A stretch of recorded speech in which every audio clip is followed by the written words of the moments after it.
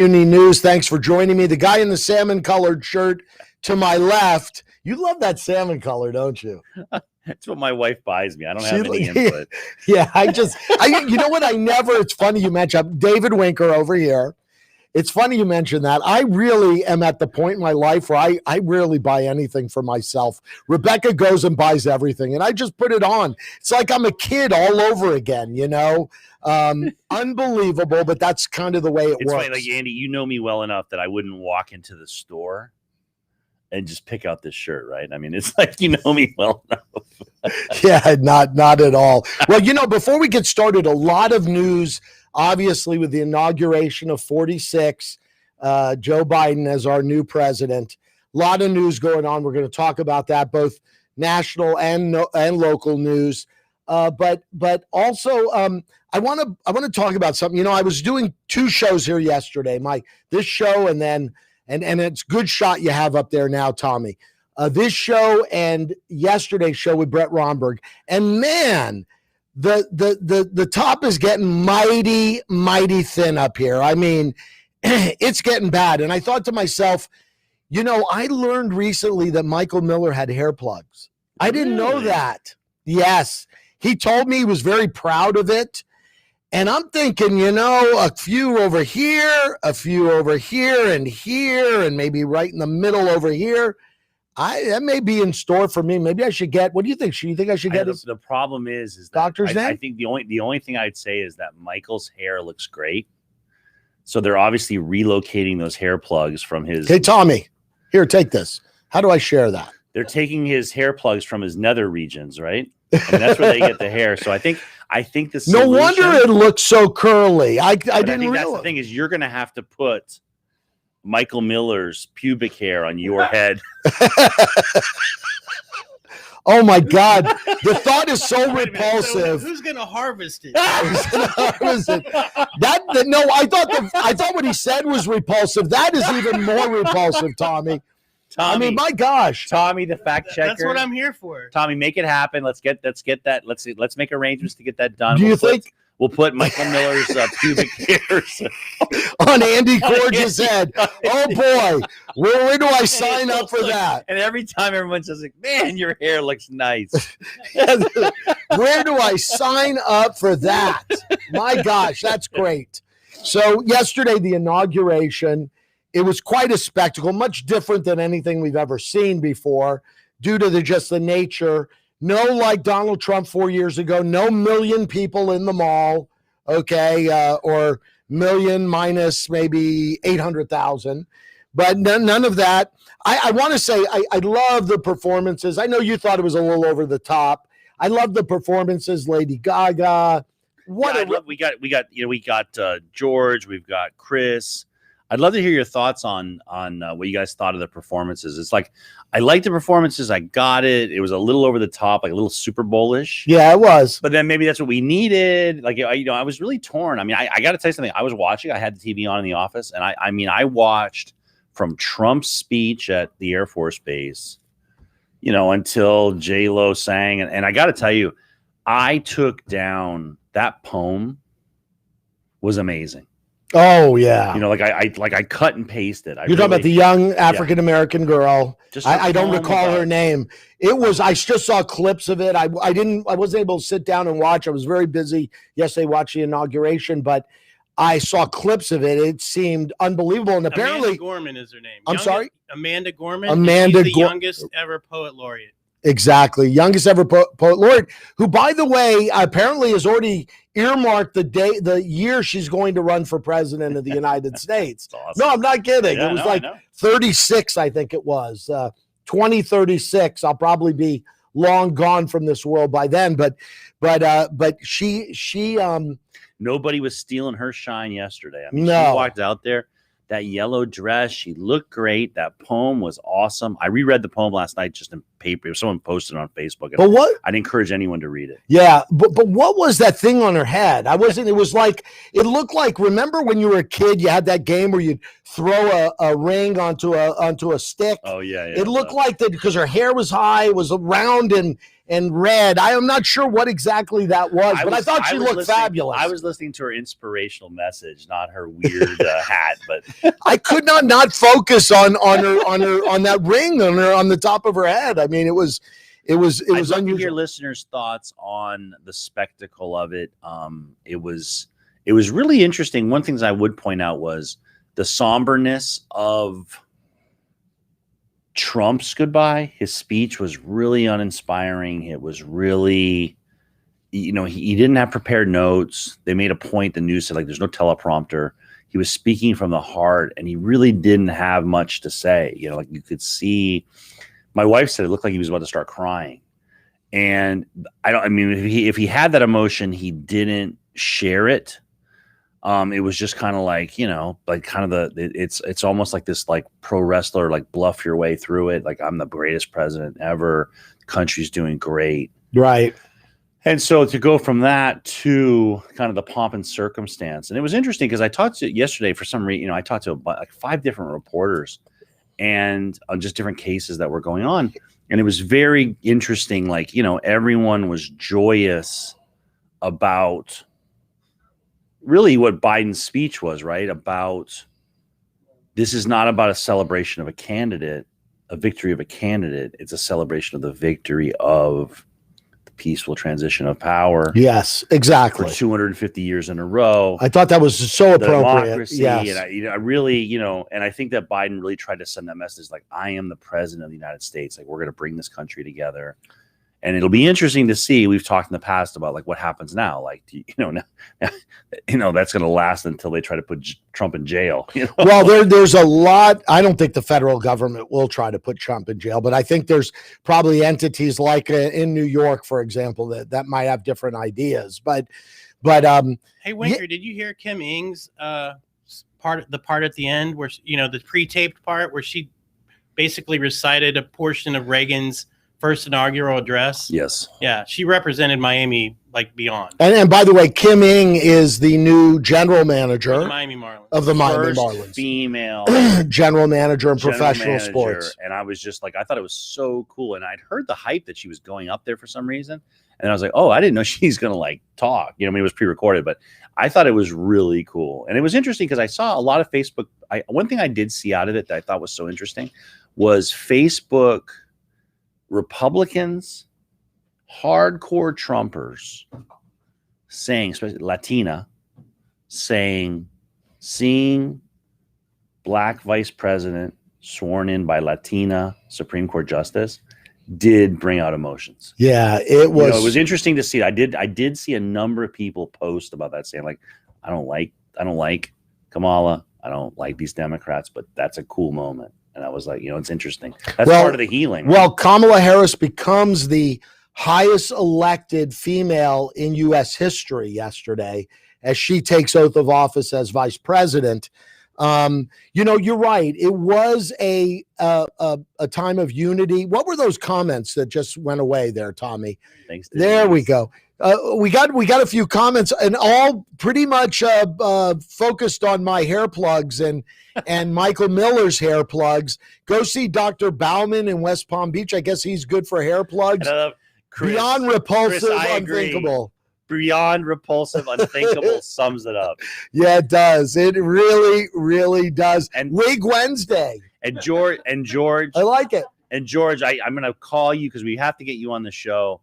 And anyone who doesn't follow George Gonzalez, he's a great follow on Facebook. Yes, he is. I also love that Garth Brooks put country first other than party. And I was, and I got to tell you something. My wife said that. She said it was amazing to see Garth Brooks, and Garth Brooks speaks to a part of the country that probably is Trump's is red. And she felt like it was real leadership from him. It was really thoughtful what they did. And, not that a song is going to change things, but I liked seeing Garth Brooks there. I'm not a Garth Brooks fan. I mean, I agree with you. I was like, that's cool that he was there. And I got to tell you, like, he nailed the song. I mean, for what it's worth, I thought he did great. And just you know what it is, David, you don't see a guy with a cowboy hat and a lot of call this a Democratic event. You don't see guys with cowboy hats very often. So I thought it was just a message of unity.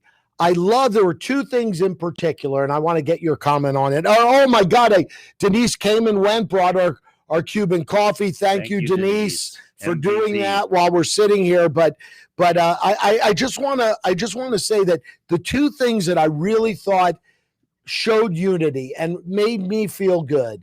One was the three past presidents, Bush, Obama, and Clinton's message of unity as they recorded that together, the three of them. And I thought that had a really strong impact, at least on me. The other was Mike Pence showing up. I thought Mike Pence looked like a hero. You know, you have a classy guy and a non-classy guy. We saw what class meant versus lack thereof. My wife and I talked about that, and it was interesting because I was saying, like, it showed where we're at as a country, where it was like such being, and it was so refreshing. Like, I was like, to me, it was like the winner of the whole thing was Mike Pence. Yeah, he showed up, he was classy, and it's interesting because we have this thing, you know, we're big sports fans, and there's that moment in amateur sports where you fight as hard as you can, and then everyone lines up and you go shake hands.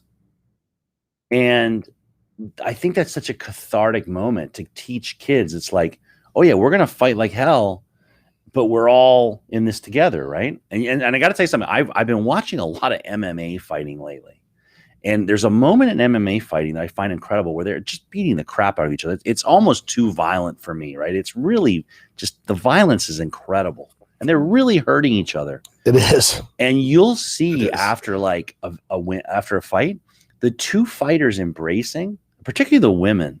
They will embrace, and you can see them. Thank you. Like, thank you for putting up a good fight. Thank you for doing this with me. Right. Thank you for being in the ring with me. And I like, really is like, there's a little bit of that. Like, Pence gave off this attitude of like, all right, like, I'm gonna be back. Like, we're gonna keep this fight. You know, like, but you won the day. Yeah. And I'm here, and I respect this process. And you know, I spoke about it with Brett Romberg yesterday. And he agreed with me. He says, you know what? You play a football game and you lose. You shake the guy's hand after the game. He goes, we meet in the middle of the field. We pat each other, a guy that's been bashing you in the head for 3 hours. Okay. It's called sportsmanship, something that Trump never exhibited, but I thought Pence exhibited that yesterday by showing up and giving his respect to the new president and vice presidents during that inauguration. But here we go. So Biden has first day on the job. And George, I just want to say, couldn't agree with you more. I thought it was a great representation of America yesterday. And thanks for that comment, George Gonzalez. So you think today Joe Biden gets into the office and says, why am I doing this? This is a mess. Okay. Because here's a comment from the new White House COVID coordinator, Jeff Zients, on the first day. For almost a year now, Americans could not look to the federal government for any strategy, let alone a comprehensive approach to respond to COVID. And we've seen the tragic cost of that failure as President Biden steps into office today. That'll change tomorrow. So Biden is got a lot of work on his hands. We're in the middle of a pandemic that some say is on a decline now, but I don't know. We're still seeing unprecedented deaths. Over 400,000 people in America have perished already. We're seeing still record numbers. We're seeing hospitals strained to the max.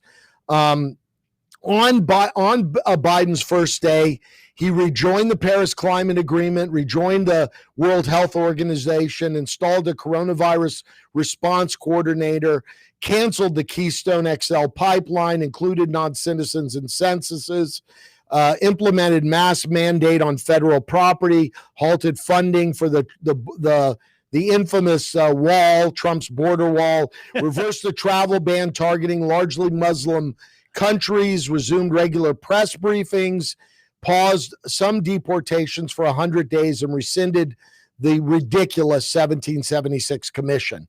So, did you see the new press secretary? I saw briefly this morning. It was really interesting. It's just like everything about this, like she has this vibe of like kindergarten teacher. Like after the last the last series of them, like it was jarring to watch her, the way she conducted her business and stuff. It's going to be it'll be interesting. But so Zinitz also went on to say that there's nothing for us to rework in terms of a COVID plan. We are going to have to build everything from scratch, from square one. So they came in, they looked at especially as it relates to the distribution of the vaccinations, which we've seen has not gone well. Baptist here in South Florida shut down there. Shut down the vaccinations. They don't have vaccines. Yeah. So I don't understand it, but there's a lot of work to be done by the Biden administration, especially as it relates to the COVID. So you asked the question. I'm going to ask the flip question. Okay. Of like, I woke up this morning and we can't get Trump out of our system. I thought about Trump. I was like, I wonder if on some. I asked my wife. I wonder if on some level Trump woke up this morning, and there's just a sense of relief. And she was like, no. He does. She didn't think. I agree with her. But it was interesting because that's where you go to, like with Biden. It's like, this is a dangerous time for Biden because there's such high expectations. Everyone's waiting for their $2,000 check. Everyone's waiting for all this stuff. And it's like, how do you $1,400? Well, exactly. I know, but even that's going to piss off people. They want 2,000. But the point is, the 14 would bring it to 2,000. I know, but I'm saying, but they even wanted like, no, I want my 2,000. I want another 2,000. But the point is like there's I don't think there's any doubt that the press is helping hype Biden. I think that you can see that as a neutral observer, and there's a price to be paid for that. Because I say, like Trump is the perfect story arc, right? The media built him up, and the media, he helped himself. Let's be clear, but he tore him down. Yes, the media participated in every process of that. They were rewarded with ratings. He was great for business, and now you have Biden, and they're building Biden up, and there's going to come a point where the story has to continue, and it's going to be tearing him down. You know what I do? I try to, and this is a weird thing to say for someone that's basically in the media, but I really try as a person seeking the truth. I really try to circumvent the media, and this is one of the ways that I do it. I'll turn on CNN, let's say, or Fox News, and they have a president. I can't even imagine you watching Fox News. No, I do. I go from one to the other. I would think your head would just like start on fire. It does, but it starts on fire sometimes with CNN too. Okay, so but they'll take a comment. Let's say that Trump will say, and they'll take, you'll hear 2 sentences. And then I'll go online to seek out the full speech so I can hear exactly what he said from start to finish. Whether it's Trump, Biden, you or me, doesn't matter.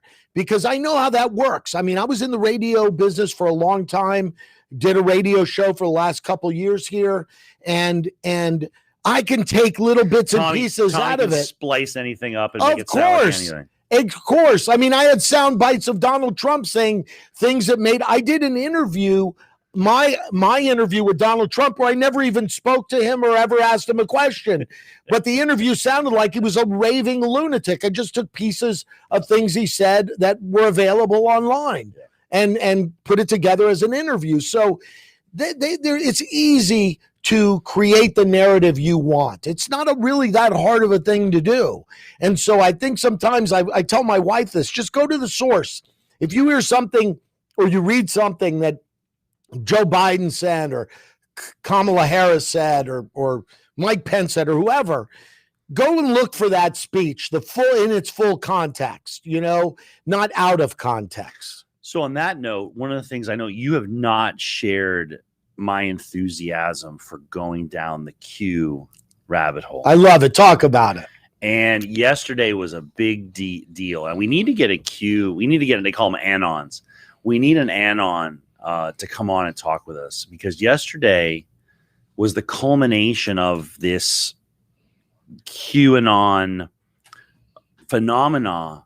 And they have been predicting for a long time, Q has, that Trump is in the driver's seat. This was all a trap for the Democrats, and that yesterday Trump was going to appear on the Capitol steps and arrest everybody, impose martial law, public executions of all the Democrats, and put in place this triumphant. And there's a group. I mean, listen to what you just said.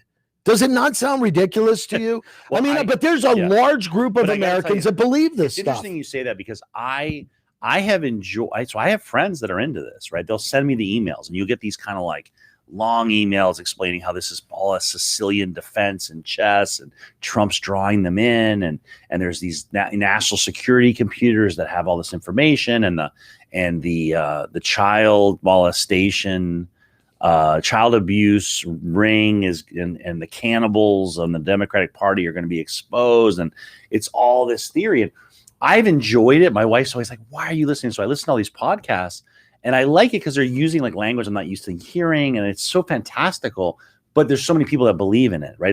The Q drops, they call it, like when Q puts out these like kind of, they're like almost like messianic, obscure little messages, and they're fun to read. Like they're well written. It's like they know those things. Like it's like when you go to the fortune teller, like they say something like something significant is going to be happening in a relationship. But it's always so. Did you have a troubled relationship? with your father? But it's always so general.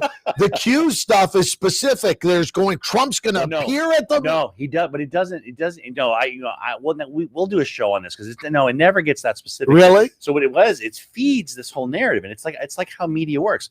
It's a very esoteric. I'll bring some next time, and then it's interpreted by these personalities. So now the personalities are the ones that are interpreting the Q drops. So they get huge followers because they're explaining what these drops mean. Okay, let me ask you a question, because you follow it and I don't. I think it's so ridiculous, but you follow it. Obviously, it's entertainment to you. Okay, it's just a form of entertainment. Where is it coming from? Who is Q? Who is the drop? So I'll get who's putting those drops? It's interesting to say about enjoying it. It's funny because one of the people who does things here is Bob Powers, and Bob Powers is really into. You have to be careful how you say this, but he's into the Proud Boys. He's interviewed the Proud Boy leader here. Yes. And it was very controversial, by the way. I mean, that's a whole nother subject. Yes. Facebook took the interview down. Yeah, I know. Which was weird because Bob, of course, was like attacking him the whole time. Like it didn't make any sense. But the point is, he goes down the white supremacy wormhole. Bob gets it. He reads those articles. Like he's the first one who told me last night. He's like, "Oh, the Proud Boys are turning against Trump." And he showed me this article. It was like, we're the cucks, the Proud Boys. Like we got fooled by Trump because they thought they were going to get pardoned. So now they're lashing back. But anyways, he's all into that. It doesn't interest me. The white supremacy stuff doesn't do it. But funny that the Q stuff does. I love listening to the Q stuff and all these crazy theories. So I forgot what your question was about the where the drops coming from. I mean, who's the Q giving the drop? Knows, and this is all on these obscure. It was on 4chan, and then it moved to 8chan, and now it's 8 fact checker. What is it on now? It's called 8chuck or something. But these are these secret, these dark web discussion places, and I don't go there. It's funny. I'm too scared to go there, but I read the people that interpret them. So they'll say Q said this today. And so the Q drops come from these dark things. They're not traceable. And it'll say something effective the force is 8kun. 8kun. Kun. Kun. 8kun is where the what is this? So Q is a character. Q has an account on 8kun, and he hasn't dropped in 30 days, which is interesting, but he'll do it. So there's ironically, there's conjecture that Q is actually this child pornographer alleged child pornographer in the Philippines. And it has a name. There's a guy. Someone came out to try to expose him.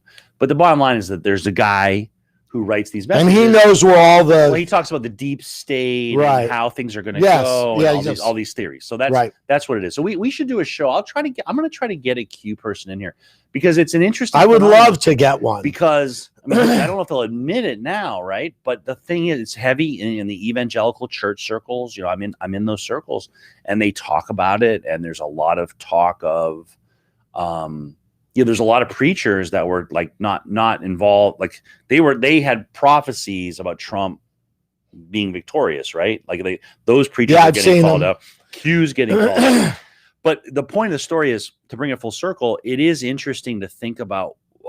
It's a little scary, because what they're saying now, what's happening is, here's these people, they're devastated. You know, they were watching as we watched, they were watching as Biden was putting his hand on that huge fat Bible, the Biden family Bible, which is the biggest Bible of all time I've ever seen. Remember how Trump made fun of Biden's giant mask? Well, Biden brought his giant Bible. Yeah, he should have been from Texas, really. But and he put his hand on that Bible, and it was like they thought that was the moment that the forces of good were going to take down the cabal. Well, we got a question from George, and I want your opinion of this. He says, what is your opinion on the rumor that Trump is creating his own party? So it's interesting you say this, because I was with some people, evangelical Christians, at lunch from church, and I mentioned the upcoming, what I predict to be the civil war within the Democratic Party, between the more progressive wings, the AOC, Bernie Sanders wing, right, and this more like neoliberal, it's like the return of the neoliberals with Biden. And I think that there's going to be a battle, because I don't think Biden's going to change much as far as economic policy and things that they want. You don't see a division in the Republican Party? Let me go. That's where I'm going. I was almost blinded to that, because those Republicans, these Republicans who are some who follow Q and all this stuff, they were like, oh my God, talk about civil war. Like, what's going to happen to the Republican Party? And and I hadn't really paid attention to it, but they really went into like, what's going to happen? All these people, and I've read this before, Andy, they say the Trumpers love Trump. They don't love all these other nincompoops like Mitch McConnell and Marco Rubio. Like, this isn't translatable. Now, maybe it's translatable to Don Jr., but there's talk that they're going to expel Trump from the party.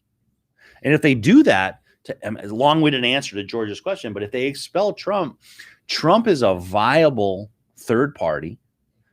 And and that will stop the Republican Party cannot not work with him, if that makes sense. Like, it almost becomes, you're always intrigued by the parliamentary system, and that's how a parliamentary system would work, right? Well, you have the Democratic Party, the Republican Party, Trump, and to get power, they would have to work with the Trump party. Well, Winker, I got a question. Like, it's hard for me to understand how Christians, evangelical or otherwise, can reconcile the grab them by the P word comments, the paying off porn stars instead of having lawsuits, and the 46 sexual harassment allegations against this guy. Yeah, what is your just because he doesn't believe in abortion, we can let all that go? What do your evangelical friends say about that? The response is very clear on that, which is he's a means to an end.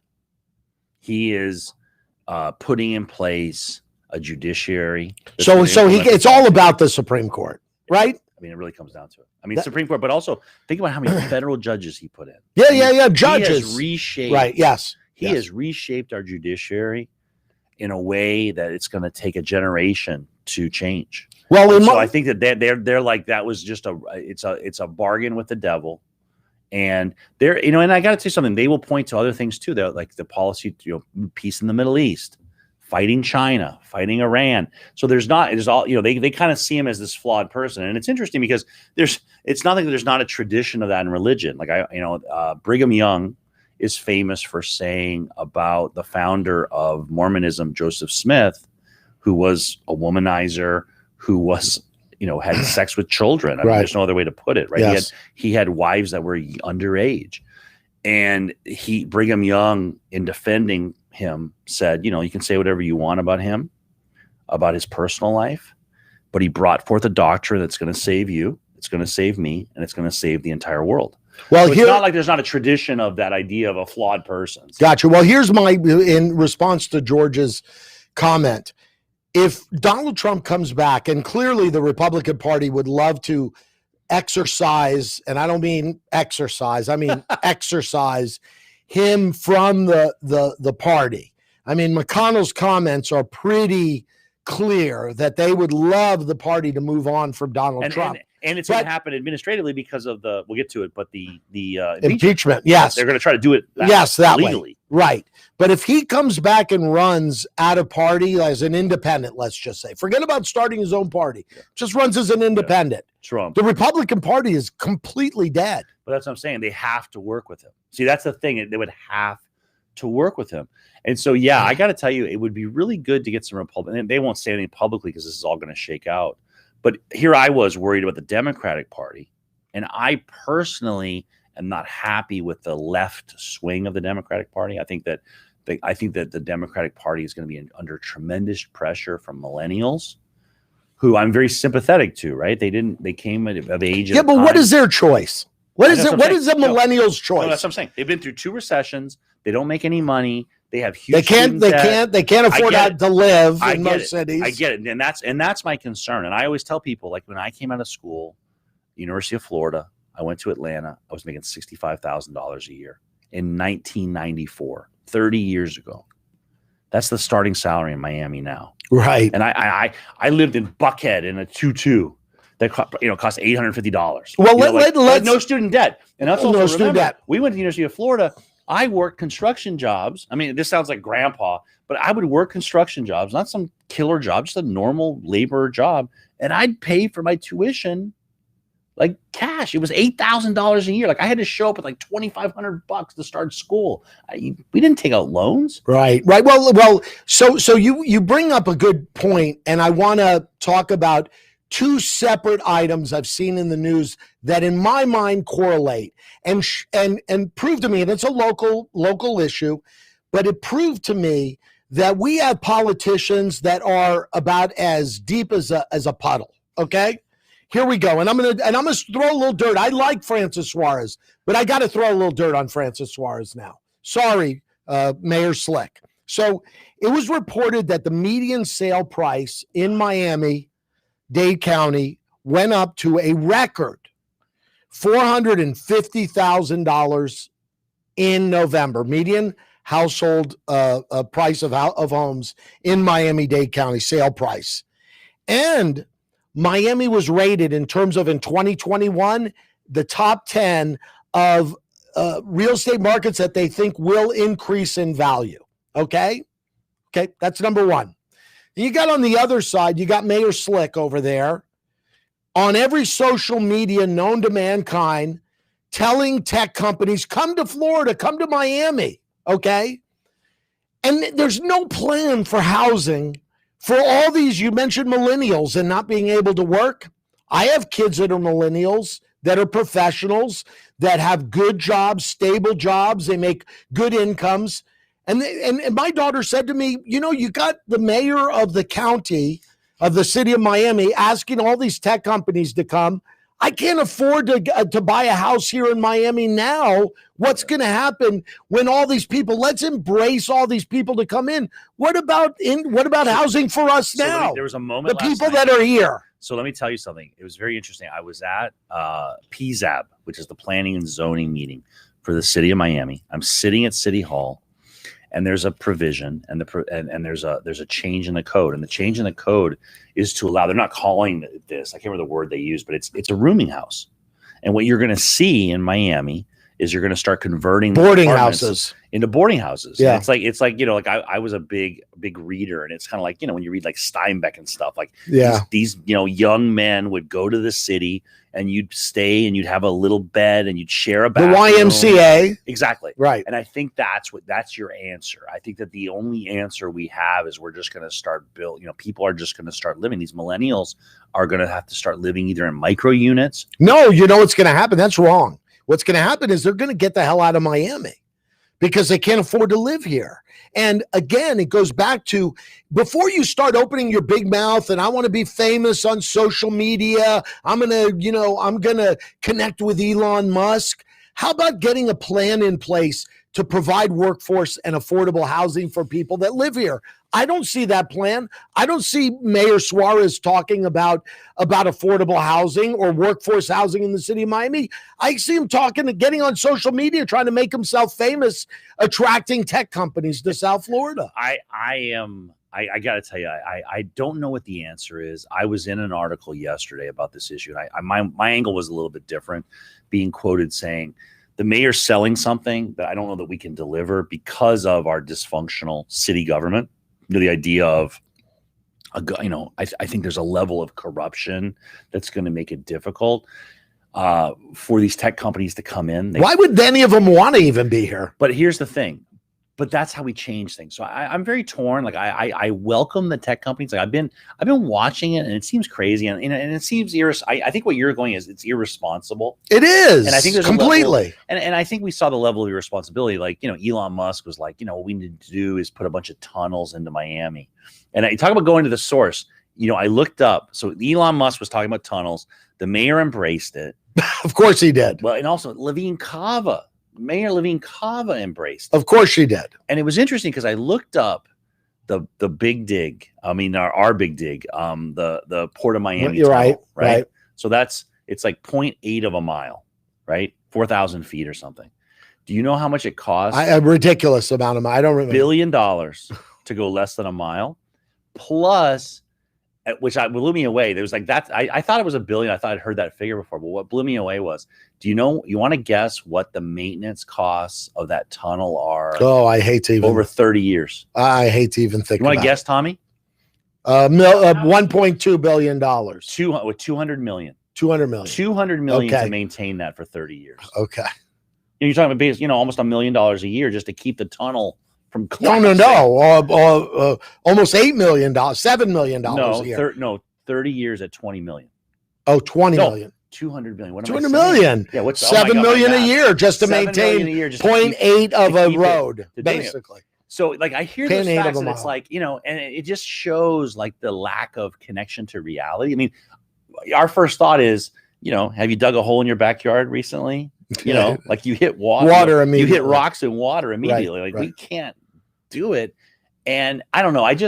But they engage guys like Elon Musk because it gets them in the news. It sounds good to people. Wow, we'll get more business here. There'll be more high paying jobs. But again, what about the people that are living here right now? What about the 25, 30, 35-year-old young couple, single professional that's getting into the workplace that needs to live down in Homestead and work in Coral Gables or Brickell or wherever because that's the only place they can afford to live?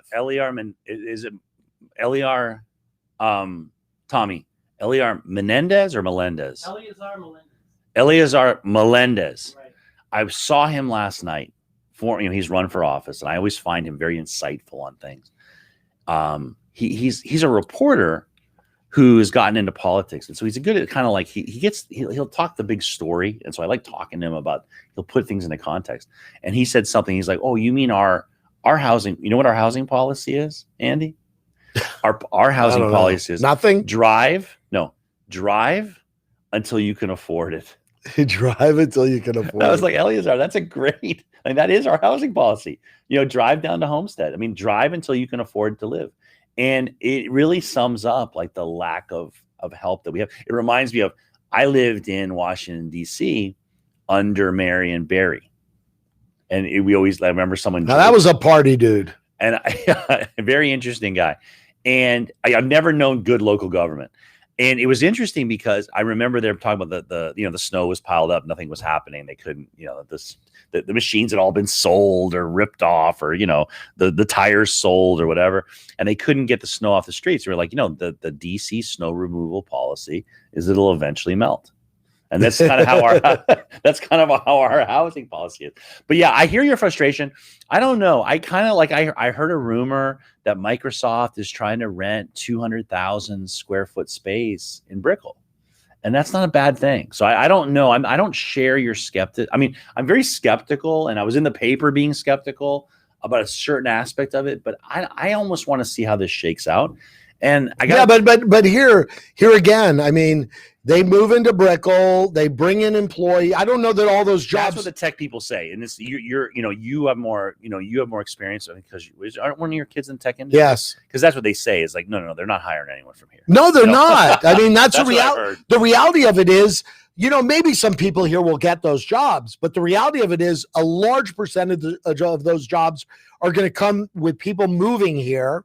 So our population is going to increase. I'm not saying it shouldn't, but where are these people going to live affordably? And the last thing I'll say, it's funny, Andy Parrish, who we've had on the show, yes, one of my heroes, and he always says, he says the hard thing, which is there may come a point where we have to tell people we can't have any more people down here. Right. Like we're full. And he's not saying closed for business. He's just like, there may come a point where the responsible thing is to say especially, no more. Especially if one of them is Grant Miller. Grant Miller just walked in. Then you want to just say, are you looking for a job? I'm all dressed up. Grant, did you hear our discussion about hair plugs? It doesn't help. It doesn't help. Michael Miller has agreed to donate some of his pubic hair for my new hair plugs. And we're going to put them on Andy's head. Perfect. So what else do you have? Any other topics for the day that really one of the last things is a big ESPN article yesterday about the fight over the Inter Miami name. Inter Milan is suing Look, Inter Miami. He's showing me his plugs through the window. Look at that. Michael Miller showing us that beautiful mane of hair. Wow, it is. I want to say, I mean, I'm compelled. I'm sorry to interrupt you, but when he told me just the other day that he had gotten plugs some time ago, I couldn't believe it. Michael Miller. I always thought plugs looked horrible, and I thought it was his hair, man. His hair looks like the hair like an 18-year-old. He's got that part. Yes. It's all. I mean, yes. You got to show a picture. He just needs a little Vitalis in it to make it. His grade school picture. Yeah, he looks like the grade school kid. Like my daughter's in second grade. Yes. And it's so you see the boys, and you can just see the amount of product that the mom had to put of course, to keep the hair down. That's how robust his hair is. Of course. So Inter Miami is getting sued. What is that all about exactly? It's a highly technical. Here comes Michael Miller. Show that hair. Get in the picture here. Really, come in here, Michael. I can't stop staring at it. Which camera? Look right there. Straight ahead, Tommy. Right, fact check. Can you get a close up on him? Look at that hair. Can you get? Wait! Go over there. Go next to Winker. Who gets the plug? Let's compare that. Oh, you want this or this? The other one. Right? He keeps showing the wrong hair. Or this. You can take care of it. It's not too late. It's not too late. But it's shout out. Who's the doctor? Who does this? Jeffrey Epstein on Sunset Drive. Jeffrey Epstein. Wait a second. Hold on. Stop. It wasn't Dr. Bauman in West Palm Beach. That's what George Gonzalez is telling recommending. Okay. He's recommending. You went to a Dr. Jeffrey Epstein, really? This was helpfully before we learned about the real Jeffrey Epstein, right? Poor guy. Yes. Sunset Drive. You'll never forget Sunset Drive. In all seriousness, he should be a sponsor Michael's here. Hair, yeah, I'm telling you, I'll give him a great endorsement. He gets a free sponsorship from all of us, which is Michael's hair looks freaking awesome. Listen, let me explain this to you. If we do a trade with him, okay? Look at your head, look at mine. We're going to owe him advertising for about 10 years. I don't want Michael. We get Grant in the thing. We'll owe him trade forever. There it is. Once you read the phone number to people. Read the phone number. Read the phone number. He can't. He's in New York. He needs to go to two offices. He has one. Oh, Dr. Jeffrey Epstein, MD, FACS. Not sure what that is.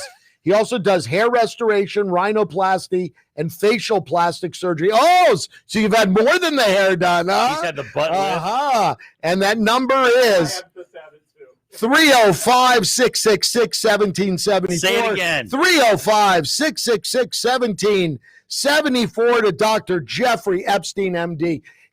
So now I see he's a plastic surgeon and everything. Michael really went all out. That must have been a big trade, Grant. Was that a huge trade? It didn't help Grant at all as he walks around with. But Grant has like what I do here. Grant is going to become more religious, so he'll wear the yarmulke, and then no one will ever know. Perfect on I often said, if I was Jewish, can borrow yours. I can borrow mine. I often said I should become Jewish because if I would wear a yarmulke, and when I walked around, people go, "Look at Andy Korge, what a great head of hair he has," because they would never see this thing in the back over here, you know. And So where are you from? I am from Miami, Florida. I'm an American. I'm an American. Not an American. Garth Brooks, yes. Yes, Garth Brooks, American. So let's talk about one other thing before we go, because I think we have a few more minutes here. We're maybe running a little You late. got to go to the optometrist, man. Those glasses. Yeah, I gotta. These are anything. readings. I have readers. I've it's just horrible. One other thing, I want to talk a little sports. Yes. Football. This is a big football week. I know you're a big sports lover. Who do you like this weekend? We got Takedown Tommy over here. What games? What's the early game? Tampa, Green Bay, or Tampa Green Bay. Tommy likes, for some reason, he likes Tampa. I don't see in it. the snow? They're saying it's going to snow in Green Bay. I don't see it. Hold Come on. on, fact checker. Are you saying that Tom Brady didn't ever play in the snow? No, I'm not saying that. I'm not saying that. But I think Green Bay's a mighty, mighty strong team right now. All right, And right Aaron now, Rodgers. Right now the line is Green Bay -3, 51 over. 51 overs. Yeah, I like the over in that game. How about, every time I say, let's talk sports, it becomes gambling. It becomes a math equation. A math equation to Tommy. It's like, no, I just want to know who you think will win. Tampa or Green Bay. This whole thing with Brady, like it's everything that guy has done in his career, the way he's lived his life. It's like this legacy. I mean, I think he's accomplished going this deep in the playoffs with this dragging this Tampa team this far in the playoffs. But if he gets to a Super Bowl, and I don't care if he wins the Super Bowl, but if he gets Tampa Bay to a Super Bowl, it's unbelievable without Belichick. Like it's very interesting to see. And I don't want to be very clear. Belichick. I mean, I don't think Belichick not succeeding is going to affect his legacy at all. He'll turn that around. I think we all know that. His legacy is already But Brady, in stone. I think, had more of the Belichick thing hanging on to him. The what would you call it? The stench of Belichick, just like you got, Belichick made you. Right. And if he can pull Hardly. this off, this will be him. And it's interesting having this discussion because Brady, first Are you ballot. Are you rooting for him to pull it off? No, and it's funny. I got to say something first. I kind of am. First ballot Hall of Famer, no question. Has lived a life, an unblemished life. Every man wants. In many ways, like LeBron, right? Like just like you can't believe the guy's never made mistakes. In his personal life, no controversy. But as a Dolphins fan, like I just can't. I can't cheer for him. Really, Isn't that funny? For me, it's the opposite. It's like at 43 years of age, I just want to see him do it. And yesterday Phillip Rivers retired. It looks like Drew. I don't know if you saw the game. He waved to his family, had a tear. It looks like Drew Brees is about to retire. There's rumors Ben Roethlisberger might retire. Obviously came out of that class with Rivers and Eli Manning. Rivers retiring this year, Manning last year. So you wonder, you say to yourself, how is it that Brady at 43, older than all of them, how is it that he just keeps plugging along year after year after year at a level of excellence that's unbelievable? I think Green Bay is going to win this game. I disagree with Takedown Tommy. I think that the 51 over. New. I'm not Foolish man. Foolish. What do you like? The over on that? The 51. I like the over 51. Yeah. You do? I don't know about that either because of the snow. Although you're right. Although you're right, they both are very seasoned in playing in those Tommy's weathers. the fact checker. Yeah, he's the fact checker. All right, next game. It's at 6:40. Buffalo at Kansas City. That opened at 2.5. It's Kansas City -3. I like Buffalo. I've been saying for the last half of the year, I thought Buffalo kept getting better during the year. They look like a championship team to me, and I'm aghast that there's even conversation. He hasn't cleared the protocol yet, but I'll bet you Patrick Mahomes miraculously clears the protocol and plays on Sunday because that's in the best interest of the NFL. Let's talk about that for a second because it was really. I coached hockey for a while, college hockey, and I saw concussions. I saw guys skate off the ice and just start throwing up, like, projectile vomiting. Like, I've seen concussions up close and personal. And that, when he got up, and that was one of the worst I've ever seen. I was like, we watched sports a long time. Yes. That was a real, like, something was wrong. And when he was walking through the tunnel, they were having to hold him up. Like, that was a bad, not, I don't know. I'm not, a doctor. We'd have to have a doctor talk about grades of concussions, but that was a bad Had one. to be. And there's no way and they always say the problem is it's not the concussion. The concussion's bad. But the real damage, at least I've heard, the real damage is when you don't let it heal. Right. That's why we make people stay out. It's the next hit on top of the damaged brain. Exactly. That's the problem. So, I don't think that guy should be playing, but they're going to play him. But watch, he'll play. And, and I think we keep kids out, because it didn't matter, right? It's just college hockey. But, 3 weeks. It took that long before you could even go skate, resume normal activities, right. not let alone a game. I mean, practice. Right. Well, I would hate to see the guy is, young. I don't know. He's 24 or 5, I think now. He's a young kid. He is the future of the NFL. I mean, he is, the poster child for the NFL right now with the way he's performed since he came into the league.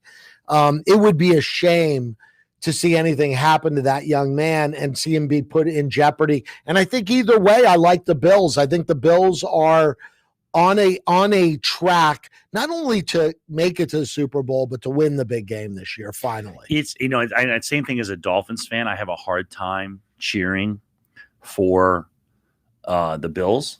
But the Bills is a likable team, right? That defense. I mean, that is real likable. It's so stereotypical, like a blue collar team. Yeah, they play hard. And the quarterback, Josh Allen, he I think was perfect for the city of Buffalo. Yeah, he's a blue collar. He played at Wyoming.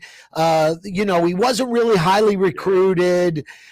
Always overlooked. I would encourage you to look at his story, anyone too, because he reworked his mechanics. Yes, and that never worked. I mean, they tried to do that with Tebow, right? I mean, it just never worked. It didn't work. We all throw a ball, and we have a way that we throw it. Since we were 4 years old, and he reworked it. And whoever that coach was, he drops dimes out there. He's a good QB.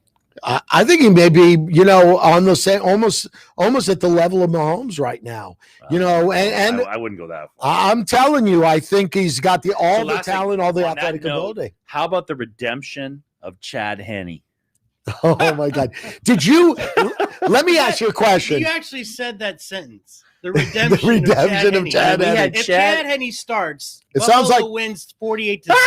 It sounds like a fiction movie of some if sort. Chad Henne gets to a Super Bowl, Chad Henne wins the Super Bowl. When he came in and he threw that one pass that was almost a punt, I was getting flashbacks of his career at the Miami Dolphins. He is. I couldn't believe. God bless him. But I swear, over the years, I've Googled Chad Henne because he just I remember he was a backup at the Jags. Fact checker Tommy. Well, he was a starter at the Jazz. Jazz first. That's right. He started, and then he was a backup. And I've always kind of followed him because it was like this.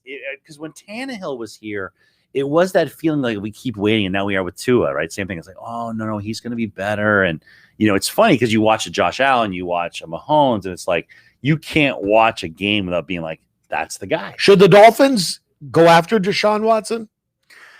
I have a tough time with this because, and this is why I could never do this, is I just like the kid, right? His story, the way he conducts himself. My wife's from Houston. Everyone in Houston loves him. So you say you like the kid, meaning Deshaun Watson? Yeah, that's what I'm saying. I thought you meant Tua. I thought you meant Tua. Tua to me is I share Tommy's skepticism of Tua's a great kid too, but Tua, I share the skepticism if Tua can bring it to the next level. Well, I think here's just my take on that, and then we'll close. But it's premature to do that now. Tua's been a year from a major injury. Yeah. No one should have expected him to be the same Tua this year. I think you need to give it another year. I think the Dolphins should draft maybe a quarterback in the 3rd or 4th round because they're going to need a backup for him anyway. But you wouldn't Fitzpatrick's trade. gone. You wouldn't trade for Deshaun. Yeah, but I then what wouldn't. happens? Not now. Where's he going to go? The Jets or another in division in conference or maybe he goes to the Patriots. No, Yeah. you got to take him. If Deshaun- we want to make a run, we're going to. He's got. See, it's funny. We get Tommy's Devonta Smith at 3. We got to have somebody that can throw to him. Yeah, but here's the thing. You trade for Watson, you have no first-round draft pick this year. They're going to take both of our first-round draft picks. The Dolphins little over a year ago, before, not this past season, but the season before when Flores came in and Flores and Greer, they made the decision we're going to blow up the team and we're going to rebuild from the ground up. It's worked so far. Why change the plan midstream? Because we still need some linemen. We still need a really stud linebacker. We definitely need wide receivers, a running back. We got this treasure trove of picks. Why give them all away for one player who could break his leg in one play? Okay, Dad. Okay, responsible manager. We want Deshaun. I'm just saying. I'm just saying. I'm happy in the trajectory of the Miami Dolphins. I wouldn't change the plan midstream. You got and anyone who doesn't know Andy personally, Andy drives around in a Miami Dolphins truck. I do. I have an old pickup truck that I have Miami Dolphin emblems. He's got on it both looks like sides. an official truck. It does. I was the guy at the game when they gave that away. I kept walking in and out of the entrance so I could get more of them. Put them all over the truck. Those stick-on things. So we have Jackie Valdejulie Kearns listening. Oh, great! And we're watching. We're going to be watching. I mean, if you're looking at the two of us and our hair, exactly listening, probably Jackie would be a better thing to do. In tomorrow, do a show with me in the afternoon. We're going to continue this discussion.